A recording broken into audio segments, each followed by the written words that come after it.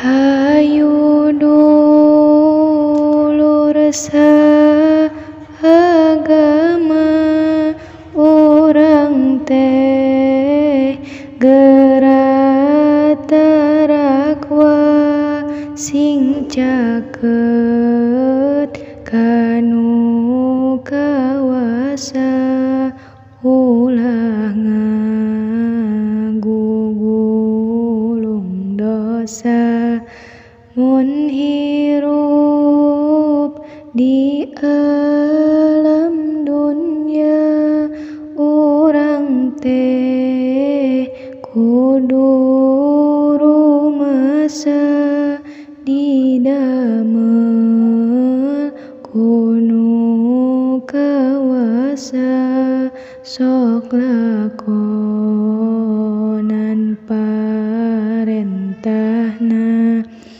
jauhan laranganana ame hirup urang bagja hirup moal salawasna ngan saukur pangumbara ulah sok nyieun dosa bisi urang menang murka ti Gusti Allah Ta'ala akhirna urang cilaka mun hirup hayang maslahat buru-buru urang tobat sing daek milampah salat kade aya nu kaliwat lamun hirup hayang berkah sing daek kana ibadah sanajan hawana wegah lakonan masing merenah dibarengan jeung sidekah tinggalkeun mahlaku lampah bisi cicing dina salah sok robah kana ibadah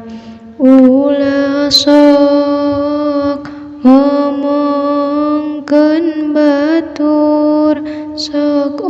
ukur badan sakujur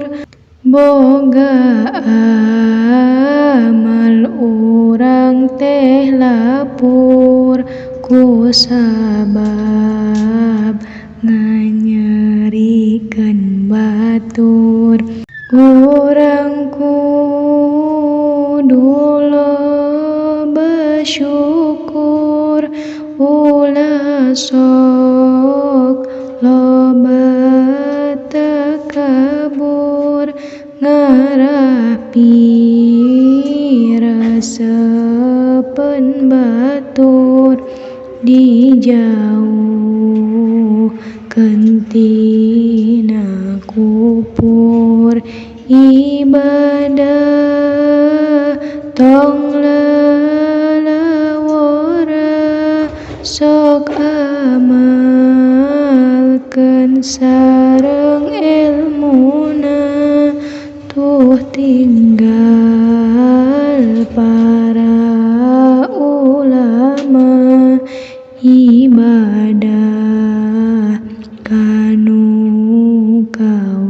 kuasa.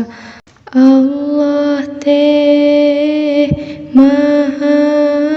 kuasa, Allah teh maha uningan di dunia jeung akhiratna. Kumaha akhlak urangna, hatur nuhun sadayana tos nguping ieuna doman na channel cerita kuring mugia janten pepe.